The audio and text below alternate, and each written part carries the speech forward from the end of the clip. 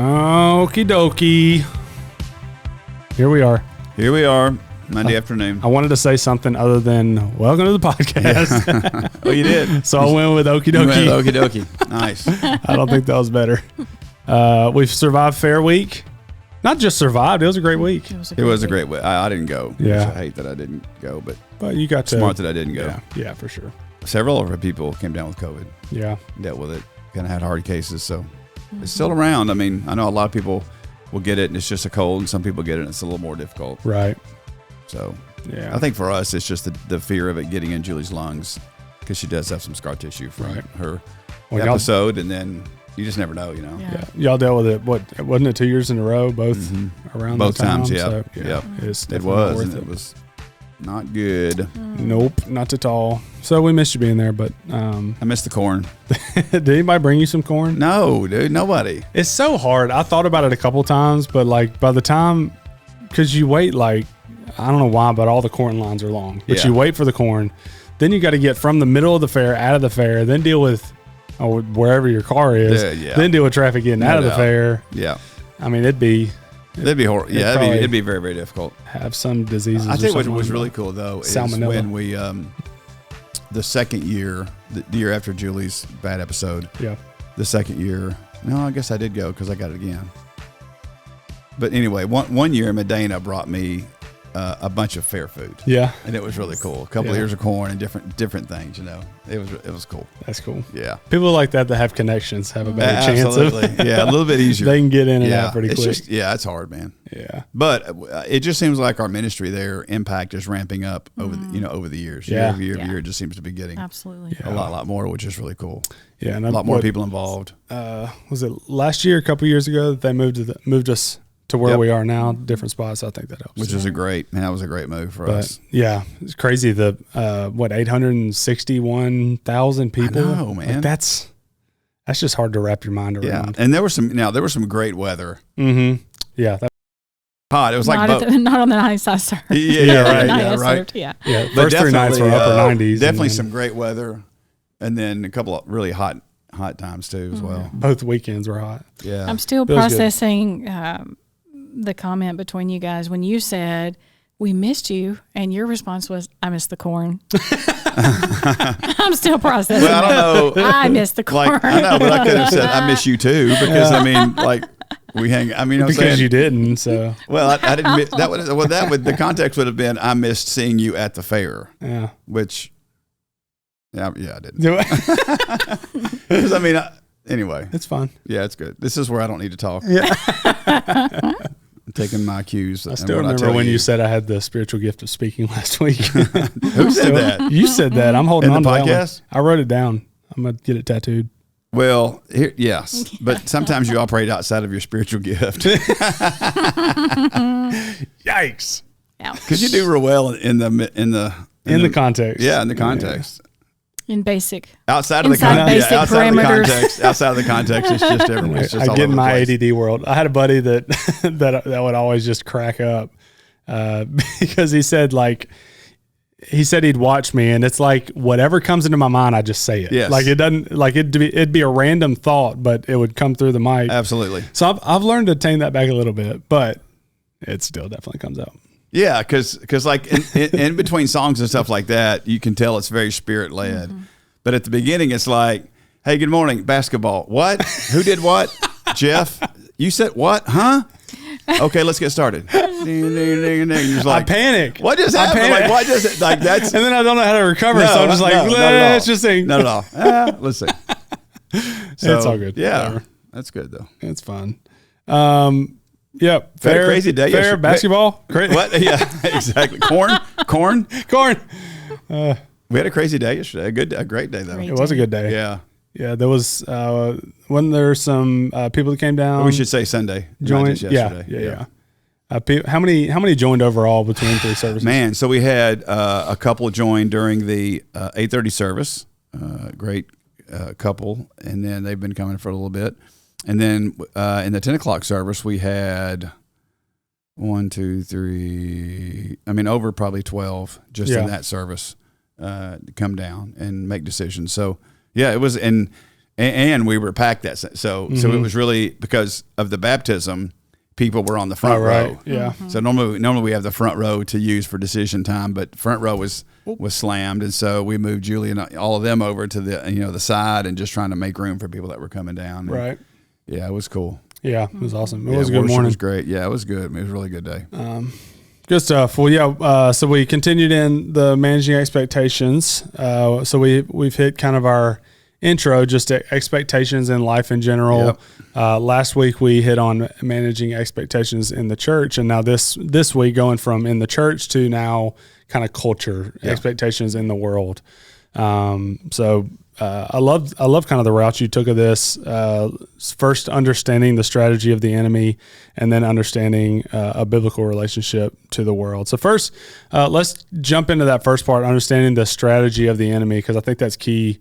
You mentioned when we were talking a little bit before, you wish you would have had some time, a little bit more time to get through some of that. I know it was a little bit of a busy Sunday and a lot to get through. Yeah, I probably thought in my head, man, I got a lot of content, so I've got to I do that to myself more than time, because I look up and I've got plenty of time. Right, it's not like I'm going over too bad, but then you can't predict. You don't ever know when you're going to have like what happens at the end, which is really cool. But everybody's so patient in our transition, so I appreciate that. But yes, on the front end, I think it's just us really, grasping this idea of how does Satan use creation against us? And we've, one of the things that I've seen over my years of ministry is we have a tendency to place value judgments on creation of something being right or wrong. Yeah. Or good or bad. And it's just not that. I mean, Paul said something in I want to say 1 Corinthians, I think it was in 1 Corinthians, but anyway, where he talks about nothing is evil in and of itself. Yeah. And so, his view is that, and I think it was in the context of them eating meat sacrificed to idols. He said, meat's nothing and idol's nothing. Nothing in and of itself like meat. It just wasn't created evil. It's just meat. Yeah. It can be used for evil, but it's not evil in and of itself. But I think what we've done is that we've created this picture that this is evil, this is not evil, this brand is evil, this brand is not evil, this brand is right, this brand is wrong. And so we've used that. And now the reality is, and I just use Julie and myself as an illustration, when I bought that TV and I'm making payments on it, and I think what I talked about, Satan will use consequences as opportunities. And so there's the world, and this goes back kind of the last point, there's a system in the world that wants to get us into bondage. And so what happens is that's why you always see advertised, here's how much something will cost you a month, And so the trick is, and I fell into it, a lot of people fall into it, is, man, I can do that because that's all I see. But what I don't ever see is what is that going to be amortized over the course of all of the years that I'm, and how much is that thing actually going to cost me? And then, and thankfully I just had a guy in our church years ago help me see that and just say, man, that's just not really smart. He didn't say this was right. He didn't say that the TV was wrong. It was evil. It was bad. He just said, man, buying something like this isn't wise. Yeah. And so, man, scale back, think about this. We talked about good debt, bad debt, like all those financial principles that are in the Bible that I think are great and need to be lifted up. But this idea of, man, here's what Satan will do. Satan will pull you into financial bondage. The next thing you know, you're paying on a TV for 5 years, and it literally has a shelf life of maybe 3.5. Right. And we see that with automobiles and everything else. And so, and I'm not saying that there aren't times in my life, anyone's life, that you're going to find yourself having to go in debt to buy something or purchase something. But those are wisdom biblical principles that we can use. Not necessarily is that particular thing good or bad. Yeah. Right. And so I think just helping us understand that Satan always pits creation against the creator. He wants us to focus on on creation and not the creator. And so that's exactly what he did with Adam and Eve. People probably wonder, man, why does he always use Genesis 3? Like, I think I've used Genesis 3 in every sermon so far in this series. Because everything started there. Yep. Like everything started there. And I think you can see. And everything got off track And everything got off track there. And, you've got 66 books of the Bible, and I don't know how many chapters, but a lot of chapters. We've only got two chapters where things were good. The rest of them are us dealing with, the mistake that was made in the garden. So the sin that happened in the garden. But in this incident, what I loved seeing in that passage is that when Eve saw the tree, she said it was good for food. She said it was going to bring her wisdom. The three things that Eve talked about that the tree was going to bring her, God had already given her. Yeah. And so what Satan did though is he tried to get her to see those things in creation and not the creator. Yep. Because that's his strategy. That he wants us to find our fulfillment and our joy and our satisfaction in creation and not the creator. And so what we end up doing sometimes then is we label one good and one bad. Creation is bad, creator is good. Well, you can't say that because what God created is good. Yep. He said it. He said it. Yeah. But what we do is we get so hyper spiritual about that, and then we start labeling good and bad. I told you guys the story of a very popular at the time church in Atlanta that came up to a retreat center my buddy was running when we had just been Christians maybe 2 or 3 years, and we were so excited to see these guys because they were coming on campus to do their staff retreat. Man, we couldn't wait. And again, we had been Christians maybe a couple of years, and all of a sudden we start seeing these Mercedes-Benz pull in. And dude, we were looking at each other like, that can't be them because they're driving Mercedes-Benz. Like that can't be those guys. Yeah. Because if you're in the ministry, you don't drive a Mercedes-Benz. and we were so caught up in that. Like I remember the disappointment and just us having to struggle through that going, man, how could that be? How could that be? I'm not really understanding, not having a maturity level to understand. There's nothing wrong with that. There's nothing wrong with that car. Right. And nothing wrong with those guys driving those cars, I remember when Mont Blanc ink pens became such a big deal. And so everybody wanted that. I've never even heard of that. Yeah, everybody wanted, the black fountain pens with a little white clover thing on the top of it. Nope. If you saw one, you probably know what it was. But what's this called? Like there was a period of a Mont Blanc pen. So not necessarily a fountain, just a pen. Everybody wanted a Mont Blanc pen. So, but it's like $100. You're like, who's going to spend $100 on an ink pen? And so like, I remember like you'd see guys, you go, dude, I think that's a Mont Blanc, they just got a Mont Blanc, But again, that's what we do. We have a tendency to look at those things and call them good or bad, right or wrong. And there's one of these is $1,300 for a pen. Oh yeah. What? Here's what's amazing. There's a huge. That looks like one that I got at Dollar General last week. Exactly, but there's a huge collecting world in fountain pens. Like it's amazing, like old fountain pens. Yeah. Because back when they made them back then, obviously they were not necessarily luxuries; they were necessities. Right. And it had gold tips, all this kind of stuff. So there's a huge collector's world in fountain pens. Wild. Yeah, it's crazy. But I think again, we look at those types of things and we have a tendency to make value judgments on those. And that's not it. I mean, God's creation is good. Now I think we've got to be wise. I read something last week when I was studying all of this and I'd heard somebody say this before, but like for example, a good financial principle. I think I may have mentioned this in the second service. Like, what is your rule? Now, this may not be real applicable to you nor was it to me when I was young because I had kids and it just didn't like you had a lot of disposable income to buy stuff, right? Just stuff that you really don't need that you would kind of consider a luxury, yeah, right? So what's your rule? How do you decide? Man, I'm going to do that. I'm going to spend like this is relevant to our world probably. Yeah.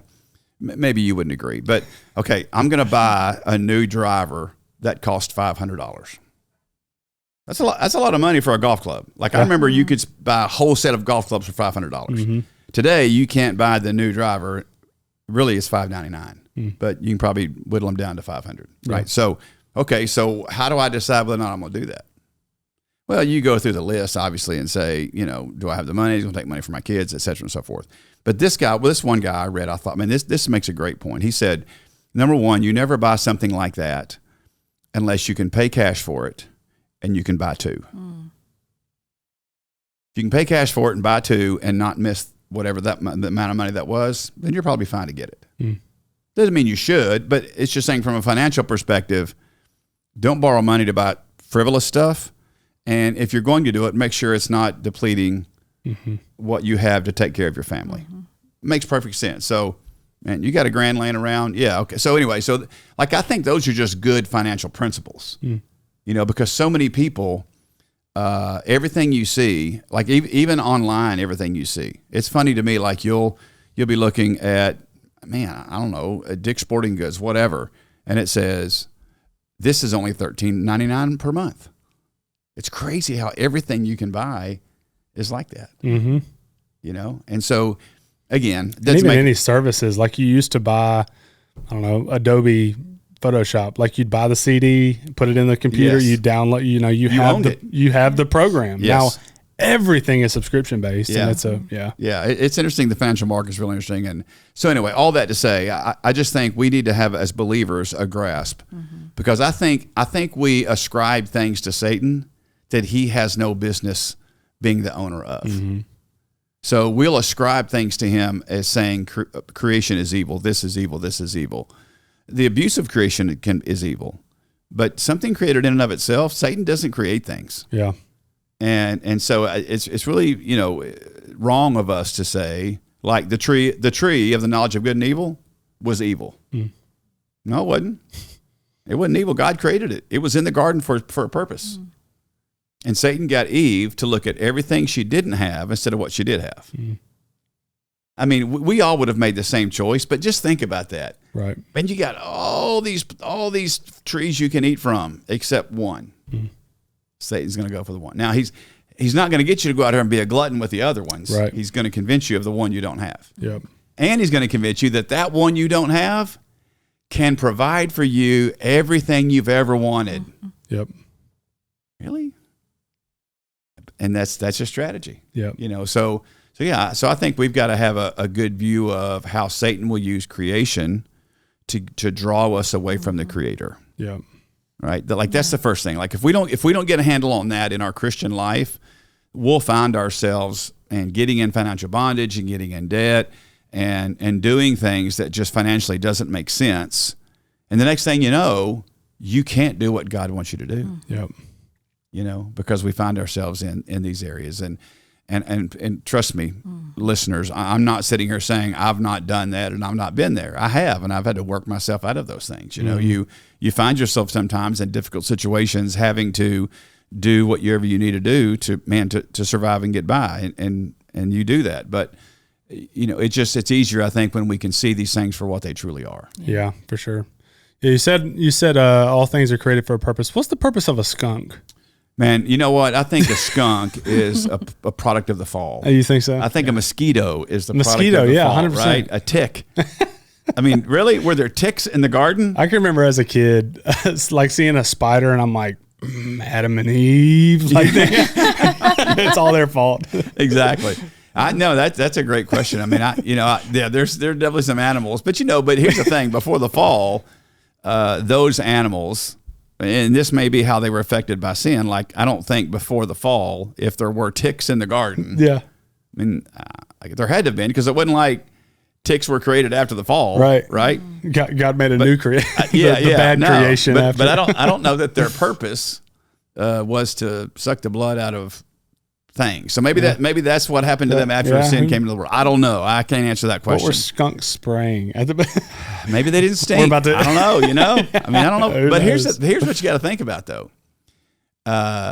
So a tick had to be on the ark. Oh yeah. Can they swim? It don't matter, dude. I mean, there was like water covering the face of the earth. Like they couldn't have swam that long. I think it was 150 days. That a tick can swim? Oh, I got you. Yeah, 150 days the water was covered. Got it. The whole globe was covered. It's interesting to let's not get off on that. Yeah, we've done all that. But no, we saw a skunk last week, and someone made that comment. What's the purpose? Like, why did God create a skunk? I was like, that's a great question. So I'm not sure. So anyway, so I think that's the first thing believers have to do when we think about a relationship to the world is, man, what's my relationship to the things of the world, the created order. Yeah, absolutely. And your second part in that, you said a misunderstood view of strategy leads to a misguided view of creation. Yeah. And I think that's huge. I think we so often abuse creation. I mean, we look at Colossians, everything is created for him. Right. A lot of times we view creation as created for us, We look at all the things that were created and how is this going to benefit me? How can I use this? How did God do this for me? Last night I was working on something and Taylor had fallen asleep on the couch, and whatever was on, baseball or something, or maybe football, but the Joel Osteen program came on right after. And I was just like, I wasn't really paying attention to it, but just heard it in the background. And literally he was talking about this, not necessarily a specific passage, because anyways, but said basically that like what God has given you, he has made this creation for you. It's to benefit you. He wants you to succeed. I'm like, hold up. Like, so then I immediately went and found the remote and turned it off, because I'm like, I can't even in the background, I can't listen to that. But it's completely against everything he says. Creation is made to bring him glory. He created everything for him. That's right. And so when we view it as there to benefit us, we've completely got a misguided view of creation. Right. So how do we, because there's some things, again, like we live in a broken world. We still have, it sounds bad saying we live in a broken world, we still have jobs. That sounds like we have, but it's true. We still have to make ends meet and pay our bills. How do we view the things of creation in a healthy way as being created for him and to glorify him, as opposed to just being created for us? Yeah, I think, well, what's interesting is that this week, this will be Labor Day weekend. And so our topic this week will be understanding our relationship to our jobs. Yeah. Our employment, because obviously it's a great thing to talk about on Labor Day weekend, where we're kind of resting from that. But I think we have to look at things. We have to look at creation and understand, based on what you said in your verse, and you're exactly right. All things were created through him and for him, right? For his glory. And so we have to have to me, this is the way I look at it, a very utilitarian view of creation. Because if you don't have a utilitarian view of creation, it's so easy for our flesh to get pulled out and pulled into areas where we kind of overdo the creation piece. Yeah. Right. So, and again, this is all relative. So I'm not making a bad judgment of right or wrong on this, but let me just speak from like a perspective of how maybe I would think about it. So you take a house.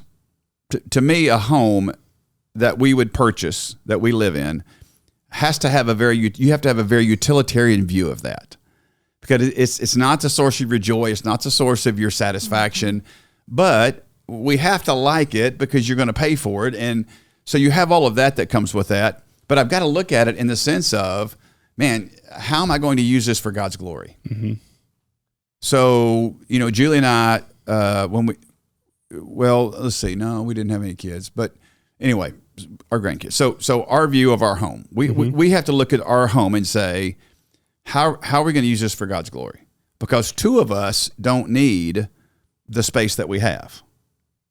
Now, Julie would say our kids still need their own bedroom in our house, even though they're married and they live in their own places, right? Which I don't understand that. Like, they're not coming back home.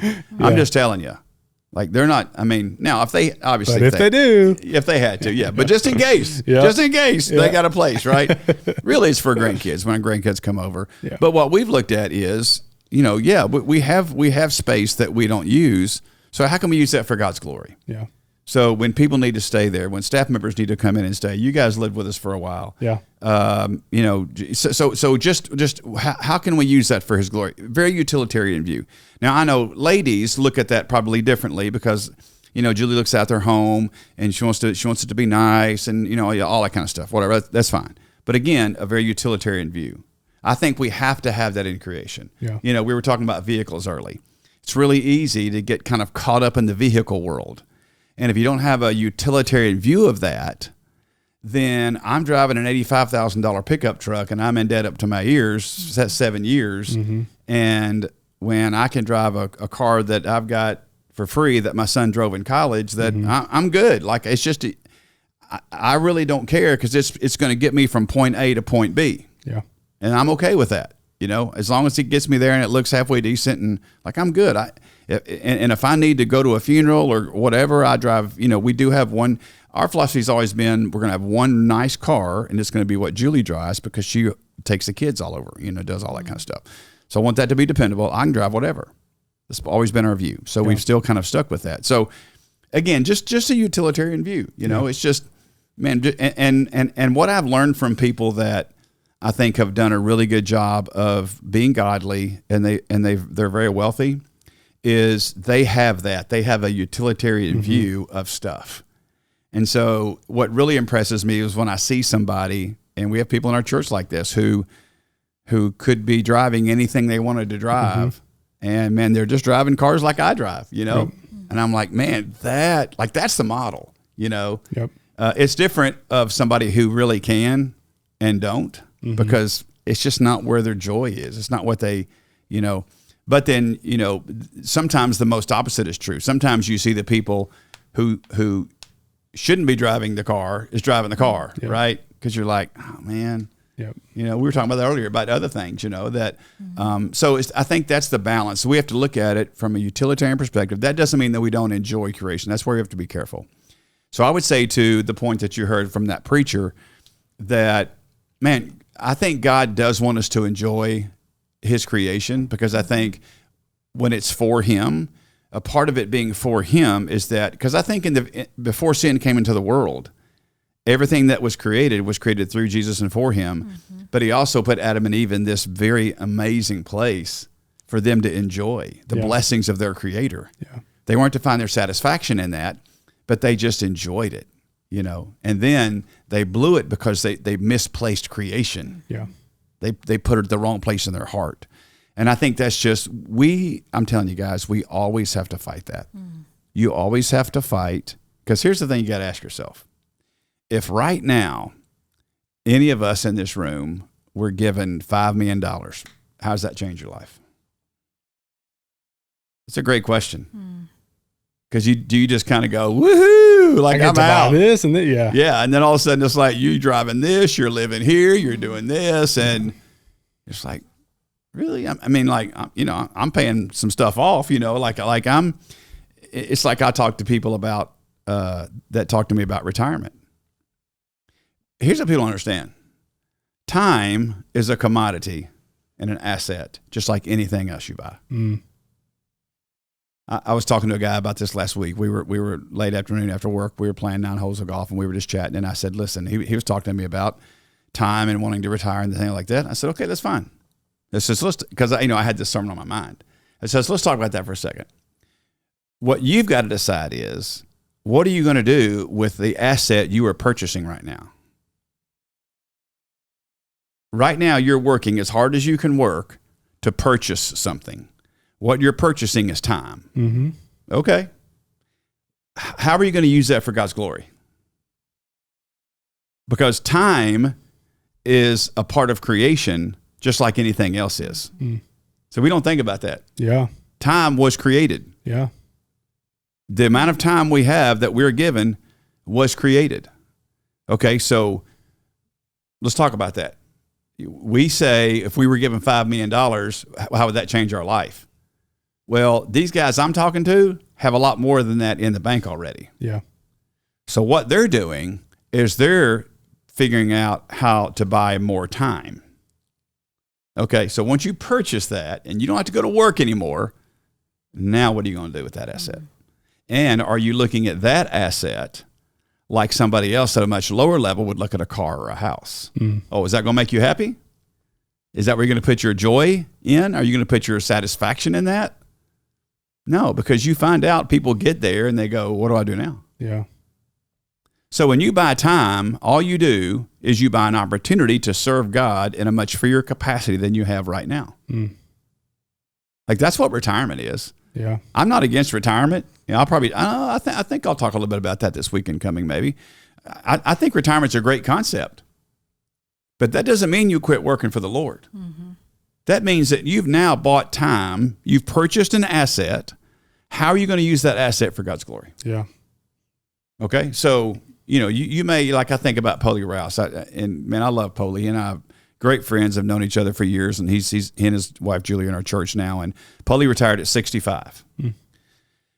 He senior pastor, was a student pastor, then a senior pastor, did such an amazing job in his churches. But anyway, so at 65, he was able to walk away from leading Hermitage Hills Baptist Church for a lot of years. I can't remember how many years. Well, because he left that, what he did through great planning and good stewardship is now he has afforded himself to be able to serve the Lord in a much freer capacity than he may have felt like he did before.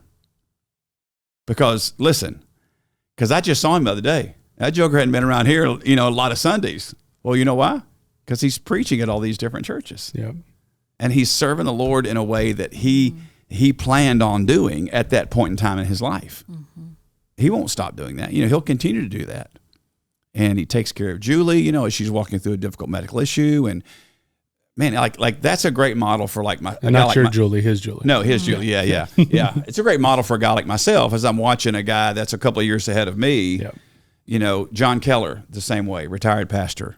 I'll see John's in and out. John's preaching. Man, I think John went to Knoxville for like a month or something and preached. Oh yeah. Now he didn't preach every day, but he was preaching on Sundays and things like that. So again, it's not this view of, hey man, I can't wait until I hit 70 because I'm checking out. Peace out. I'll see you in Hilton Head. You know what I'm saying? Yeah. What? I'm just going to lay around for 20 more years? I mean, no, I don't think that's it. I mean, if that was it, think about this. John Keller wouldn't have retired from Hilton Head and moved to Lebanon. Like, how's that work? How do you pastor First Baptist Church Hilton Head, which is an amazing place, and then say, okay, we're going to retire, and you move to Mount Juliet, Tennessee? Because if retired life was that, they would have stayed there. Yeah.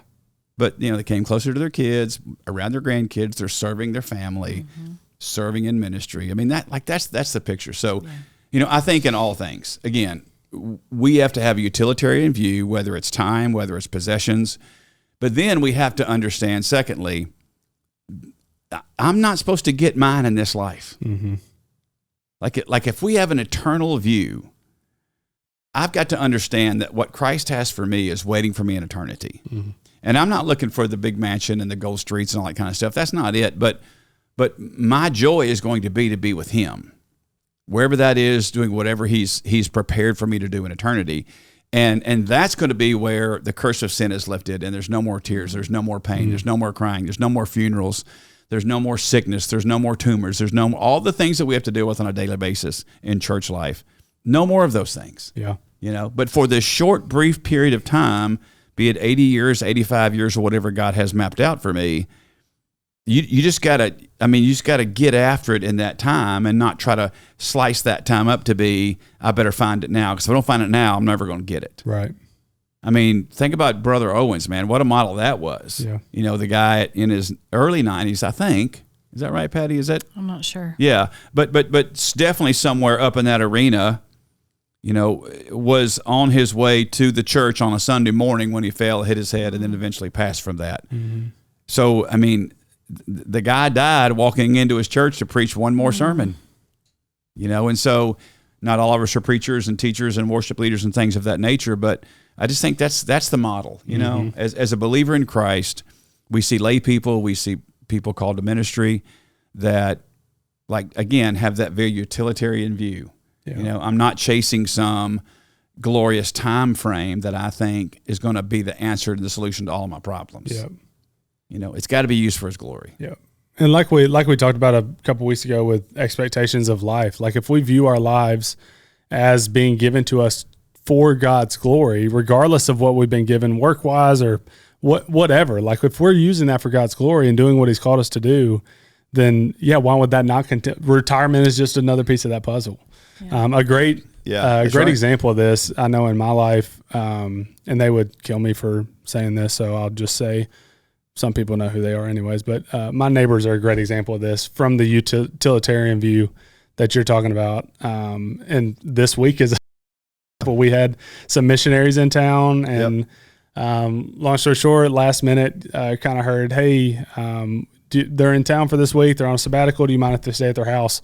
They never have a question of, well, how long? What's it going to be? Like, it's always a yes first, and then we'll figure it out. Right. And they keep a spare bedroom in their house, always clean and ready in case anybody needs it. And so it's just a great example in our lives of, like, that's what it looks like to use a house just a simple thing. Again, utilitarian. Both their kids have rooms, but then they have this spare bedroom that could be used as an office or a playroom. Like you could do a ton of things with that. Right. But they keep it open and clean just so that if somebody comes, they can stay there. They can host somebody, whatever it may be. So, well, and I would say too, maybe if there's some younger families that are listening to this, like I think about you guys as well. Like you guys are in the hard part right now. Yeah. Like it's harder for you guys right now. Yeah. When you said something about paying double and paying cash, I'm like, I don't think I can get a cheeseburger at McDonald's. Yeah. No, exactly. And so I would just say to you guys, because Julie and I have been there, probably Patty and Joey as well. Like we've been there, man. We've dug and we've struggled and we've. I mean, it's just a part of it. So just I would just say, hang in there. Like it does get better, and there's always challenges, because like Julie and I are in a great phase of life right now where we've got grandkids, and for the most part, it's just she and I at the house. And man, we love our time together. But sometimes, like this week, man, Corey's working at the fair every single day and night, with the police department. And Madison's got T-ball, and she's got Braden softball, and she's got clogging. And so Julie and I this week have just been like on duty, and we don't know which kid we're going to have. It's going to be Graham, Birdie, whatever. And we're running. But man, praise God, we've got the opportunity to do that, and to be there for them. Yep. And so it's easy for me to watch them. I think about you guys and all of you guys in that age bracket, and I think about us. Julie and I were in Texas during that time period. We were in Georgia in that time period. We did not have family. All we had to lean on were our church people. And there were always people. I got a telephone call last week from a guy named Max Smith. I wish Max would listen to this, but he's 92 years old. Max was in our church in Texas when I was in seminary. We were in seminary, I served at South Garland Baptist Church, and great church. And Max Smith was he and Johnny were one of those couples that loved on us, took care of us. I mean, Max was awesome. Yeah. Max was a guy that I think he was probably my age, a couple years older when I went there as a 25-year-old. Yeah. And the first thing the guy did, dude, you'll love this. The first thing he did is said, "Hey, you want to go play racquetball?" I'll probably tell that story. He said, "Yeah, man. Yeah, I'll play. Yeah, I'll wear you out. I'll wear this old man out, dude." And man, that guy wore me out.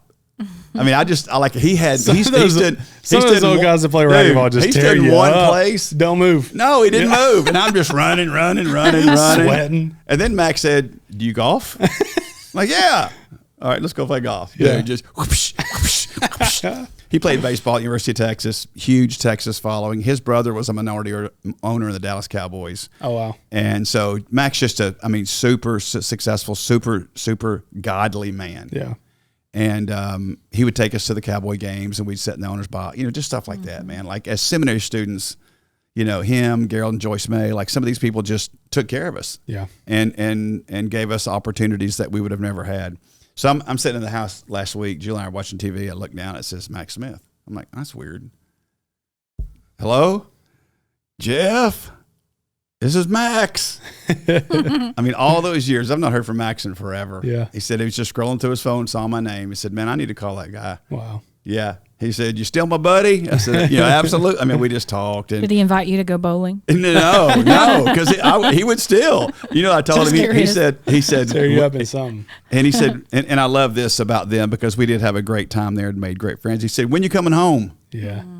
And I said, we're going to come visit soon. I said, "Max, I'm finally going to come because I think I can finally beat you in something." Yeah. I said, "Maybe. I'm 61, you're 92. Maybe, now's the time." But, you just people like that. Like there are always people that will be in your life. And I guess I want to say like to you and our young families, it's kind of the cliche of God's going to take care of you. But it's really true. Yeah. Like somehow in the times of difficulty, and as you're thinking about, man, these types of things, like you just said, like, yeah, I hear that principle, but that principle is so far from me. But you're going to be there one day. Like you're going to be there one day, and you'll be making those decisions. But you just got to hang in there, man, because it's in those times that you learn God is faithful. Yeah. Right. And those times prepare you for later in life. Yeah. When you've got a little bit more disposable income, and you've got a little bit more opportunity to do some things that you didn't have when you were younger. Yep. But you learn how to do that when you're younger. Yeah. Does that make sense? Yeah, absolutely. Yeah. Yeah, and we've already seen that so many times where it's like, what in the world are we going to do with this or that or whatever it may be. And every time, God has proven himself faithful. Even sometimes when we don't see it or understand it, we still know he is and can trust that. But these are great examples of kind of the principle you brought up yesterday, that it's not what you own, it's what you love. That's right. Just thinking about that in regards to our possessions and that utilitarian, using things for God's glory. If our focus and our love is on Jesus, then we view these things as opportunities to give him glory or to use them for that. So it's not what you own, what you love. And then the second half of the message, getting into understanding the biblical relationship with the world. We are to love the world, but also we are to hate the world. Yeah. So that, I think that's one that probably a lot of people, when you started talking through, can relate to, because that's in the world we live in. Yeah. It's tough. Yeah, There's times that it's super tough. Very, very difficult. And there was actually, I didn't read this earlier, but it's more in applying to this, but someone put kind of not as much of a question as a comment, encouragement this week. They said, I've learned a lot of things from this sermon series. One thing that occurred to me this morning when you talked about love-hate relationship that we should have for the world is that anytime I need to excuse my behavior or attitude, I measure myself against the systems of the world, when in reality, I should measure myself against God's holiness. Thank you for preaching the truth of God's word. In a very simple and basic way. That's exactly right. As we would expect. Exactly. But this is a pretty tough kind of dichotomy. Is that the right word? Yep. That we have to wrestle with loving, but also hating the world. And obviously we're not, you hear the verses of all of this, but how do we, and I know you went through this yesterday, but there's times that this like rubber hits the road and it's tough. Mm-hmm. And so how do we practically live this out where we truly love the person who God created, and live this out while hating the sin that is in all of us at the end of the day? It fleshes itself out differently, but wanting the best. How do we live this out? Yeah. I don't know that I've ever been a fan of the kind of cliche, love the sinner and hate the sin. Yeah. Because at the end of the day, people, especially people without Christ, are sinners. Like, they are sinners. You can't separate the sin from the sinner when somebody doesn't know Jesus. Yeah. I mean, they're living a depraved nature. They're a slave to that nature. Right. And so they can't help but sin. So you can't separate the two things. It's not like you've got a good person who is just happens to be a sinner. Well, love this. I mean, now to that point, we love that person, right? We don't hate that person. We love that person. And I think in understanding, because if we're not careful, love the sinner, hate the sin. So if we can just fix the sin, we're good. Yeah. Well, you can't fix the sin. See, that's where we get into, trying to turn bad people into good people. If you just be a good person, then I could love all of you. Right. And I think when Jesus looked at us, he didn't separate any of that. You think about what Romans 5. Romans 5 is really becoming after studying through it, a really one of my favorite chapters, because God demonstrates his love for us while we were sinners, and God reconciled us to himself while we were his enemies. So you take those two things. Neither one of those things happened for us when we had any affection for God whatsoever. Zero. Yeah. Enemies, and we were sinners. So he and I love the phrase. It just helps me remember what he's done for me, is that he made his decision about me long before I made my decision about him. When he reconciled me to himself, he made his decision about me at the cross. Think about that. At the cross of Christ, that's when God reconciled the world to himself. Now he's waiting for the world to be reconciled to receive that reconciliation. And we, as ministers of reconciliation, go tell the world that God wants to be reconciled to them through Jesus. Yep. Like, it's a great, when you understand it that way, it's a great picture. And so I think, that tension between, and I got into it with that first point because we were so afraid that if I love somebody and I develop a relationship with somebody that doesn't know Christ, people are going to think I accept their behavior.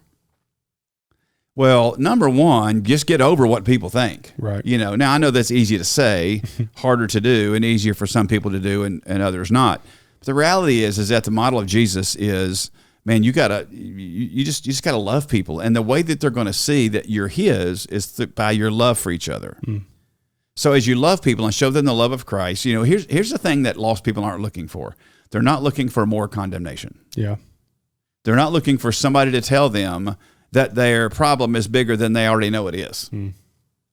The world is condemned already, John 3:17. So, man, what we get to do is we get to show them love, not isolate ourselves from them, but be willing to speak truth in their life, just like Jesus did. Jesus, great model in the woman who was caught in adultery, where all these, the Pharisees wanted to judge her behavior, and Jesus wanted to deal with her heart.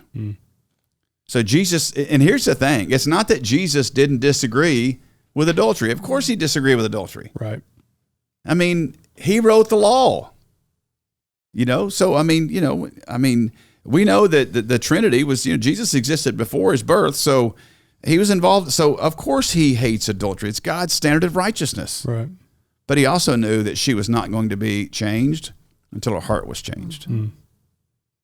And he said, neither do I condemn you. He received her. He accepted her. Now go and sin no more. Like that's the pattern, right? That's the pattern is go and sin no more. Go live your life in the new life that you've been put in. Romans 6. We're going to look at Romans 6 this Wednesday night. Shall I continue to sin that grace may abound? God forbid.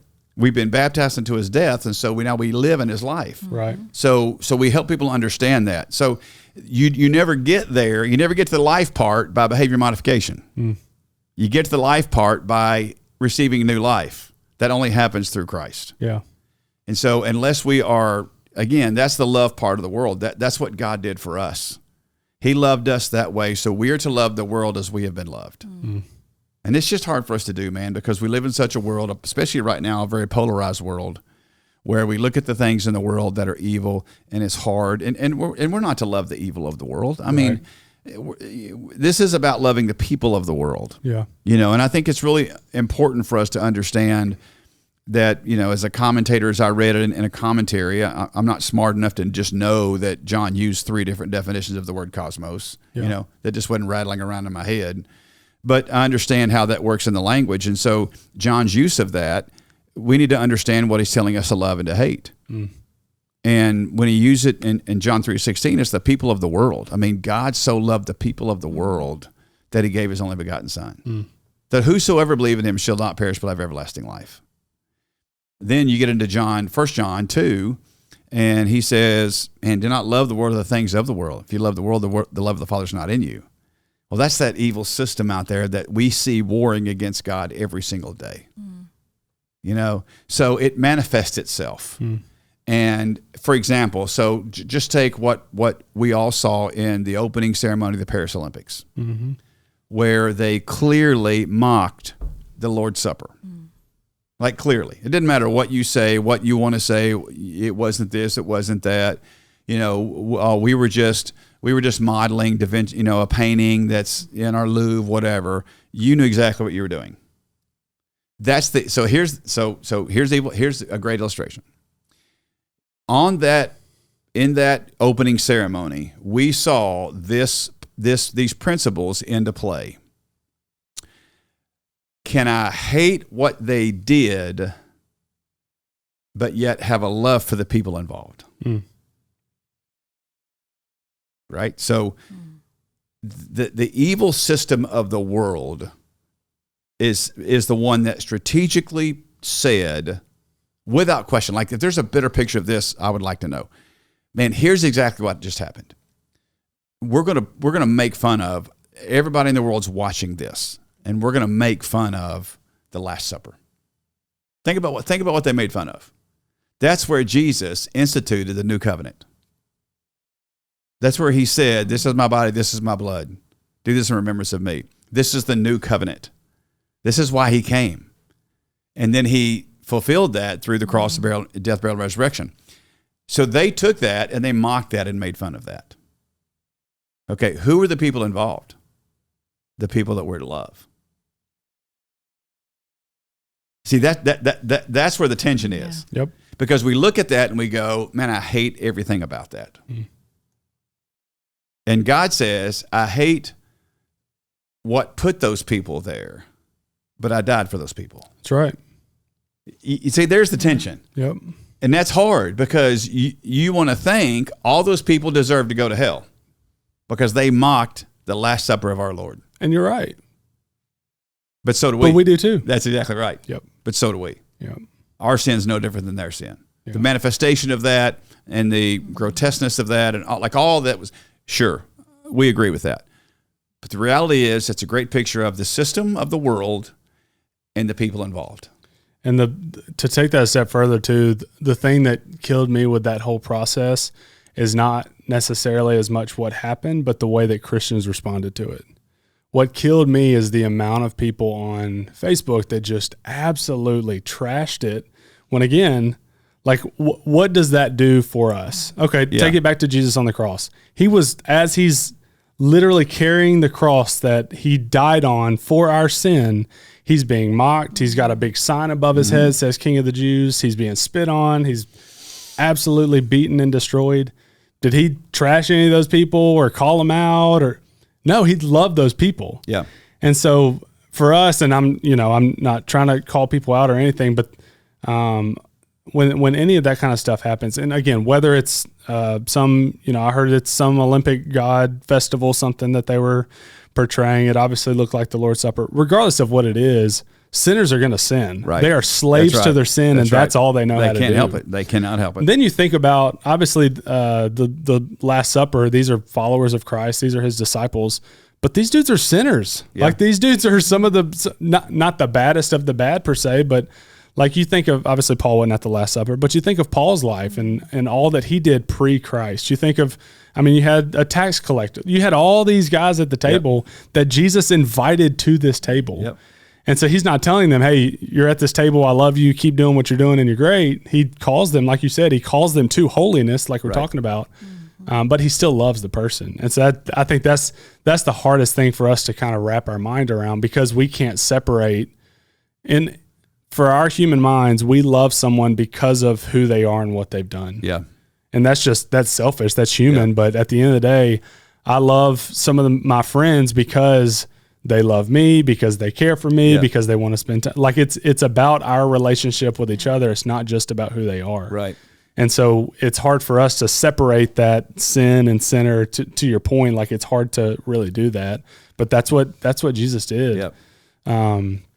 I love the quote that you gave with the Christopher Wan. Yep. He said, and this is kind of where the comment that someone posted comes from, but he said, we're not commanded, and this was a homosexual that got saved, right? Yep. That wrote this. Yep.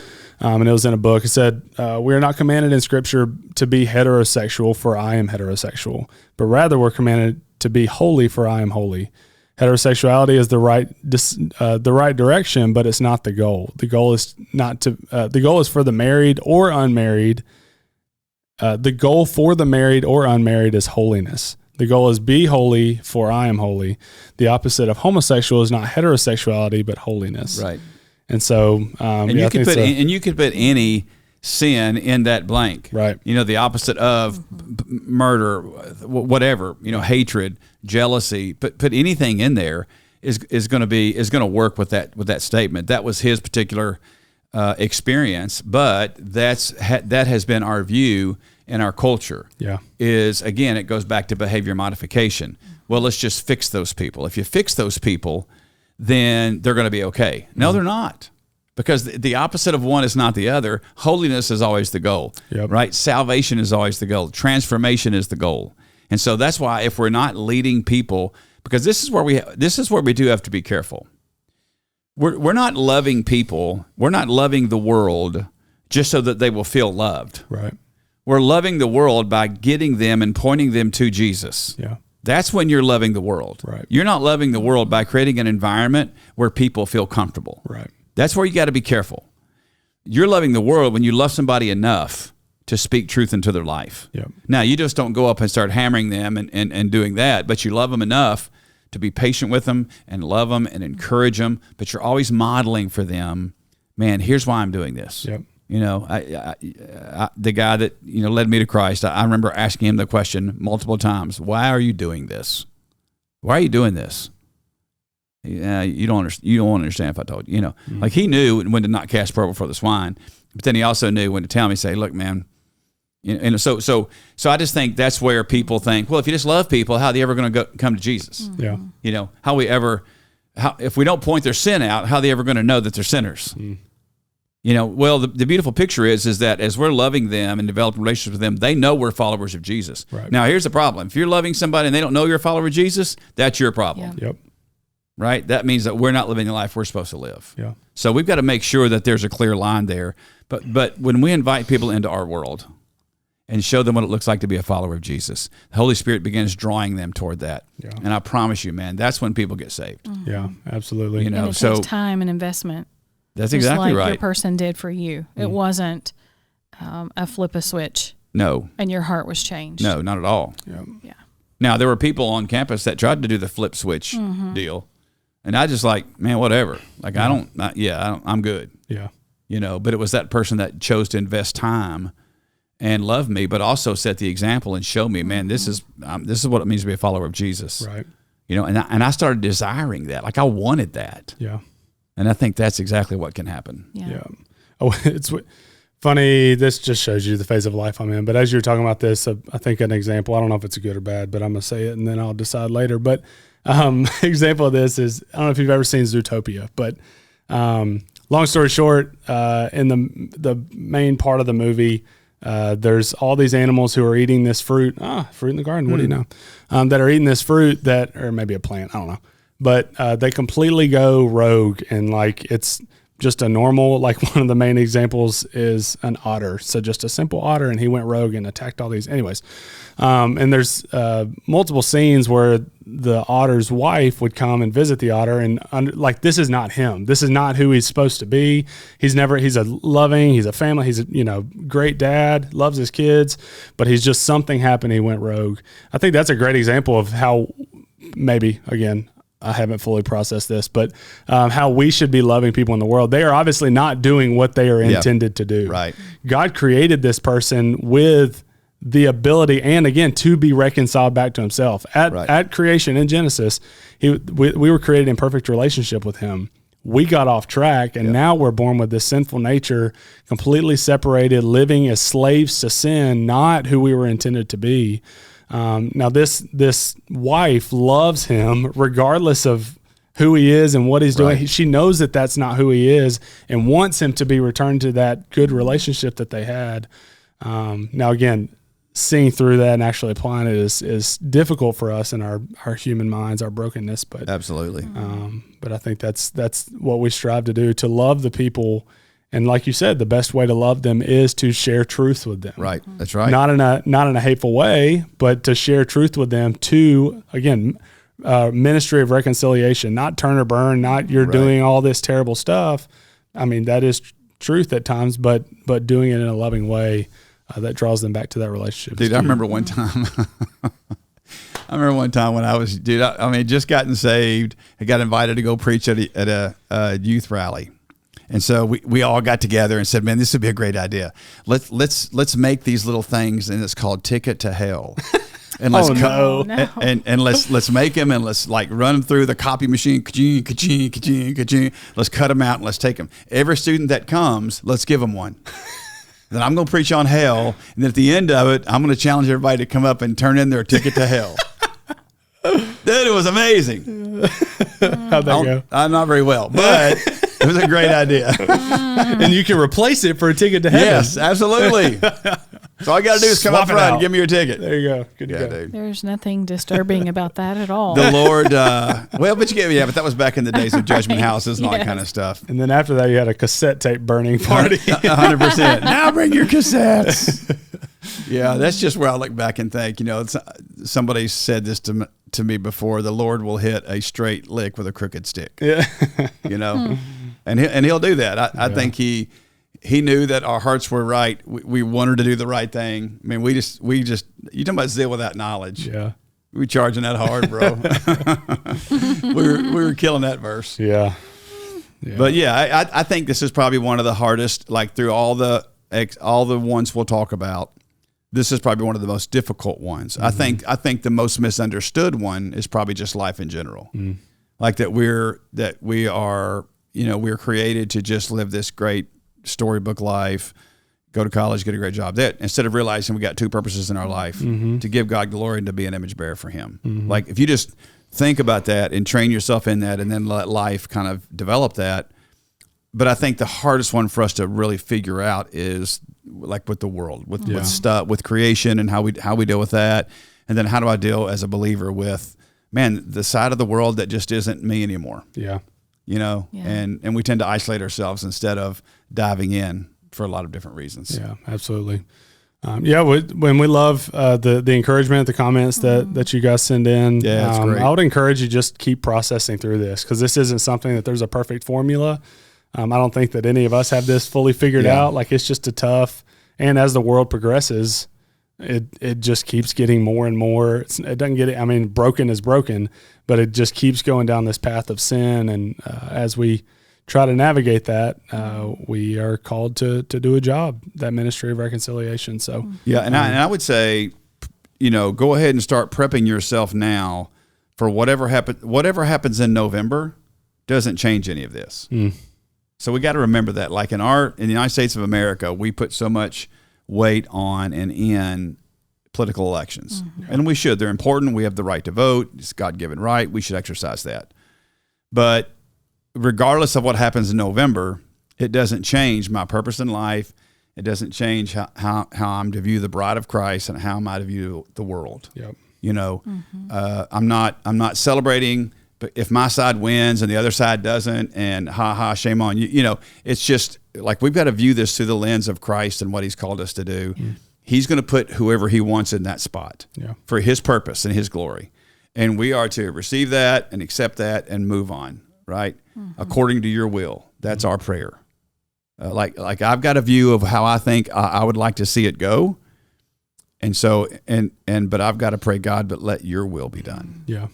So, and I would say this too, in all of this change, the principles don't change, but the way you apply it changes as you get in different phases of life, because you're just in different parts of your life. And so you've got to struggle to see things in certain ways. And sometimes some things become more clear the older you get. Things change, your phase of life changes.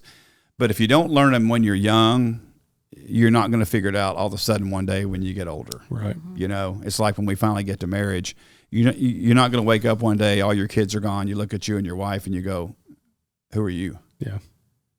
That's not the time to start figuring out if you like your spouse or not. Right.